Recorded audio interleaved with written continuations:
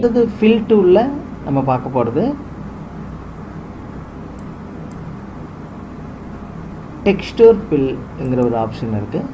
டெக்ஸ்டூர் ஃபில்லில் பார்த்தீங்கன்னா நிறைய சாம்பிள், அதாவது டெக்ஸ்டூர் லைப்ரரின்னு கொடுத்துருக்காங்க. அதில் sample 5, sample 6, sample 7, sample 8, sample 9 இந்த மாதிரி கொடுத்துருக்காங்க. அதில் நிறைய ஒவ்வொரு சாம்பிள்லேயும் பார்த்தீங்கன்னா நிறைய டிசைன்ஸ் இருக்கும். இப்போ ஏர் பபிள்ஸ்ன்னு இருக்குது, பபிள்ஸ் கம்முன்னு இருக்குது. இதெல்லாம் இப்போ நான் செலக்ட் பண்ணிட்டு ஓகேன்னு கொடுத்தேன்னா அந்த ஸ்டைல் வந்து உங்களுக்கு அப்படியே அப்ளை ஆகிடும். இதுவும் உங்களுக்கு ரொம்ப யூஸ்ஃபுல்லாக இருக்கும். கலர்ஃபுல்லான ஒரு பேக்ரவுண்டை வந்து நீங்கள் வந்து உங்களுடைய அந்த நம்ம ஷேப்புக்கு வந்து நம்ம வந்து அப்ளை பண்ணலாம். இந்த மாதிரி பேக்ரவுண்டை நம்ம நார்மலாக எந்த மாதிரி டிசைன்ஸ்க்கு நம்ம யூஸ் பண்ணலான்னு பார்த்தீங்கன்னா, ஒரு க்ரீட்டிங் கார்டு க்ரியேட் பண்ண போகிறீங்க, இல்லை ஒரு கேலண்டர் க்ரியேட் பண்ண போகிறீங்க, ஒரு பிஸ்னஸ் கார்டு க்ரியேட் பண்ண போகிறீங்க.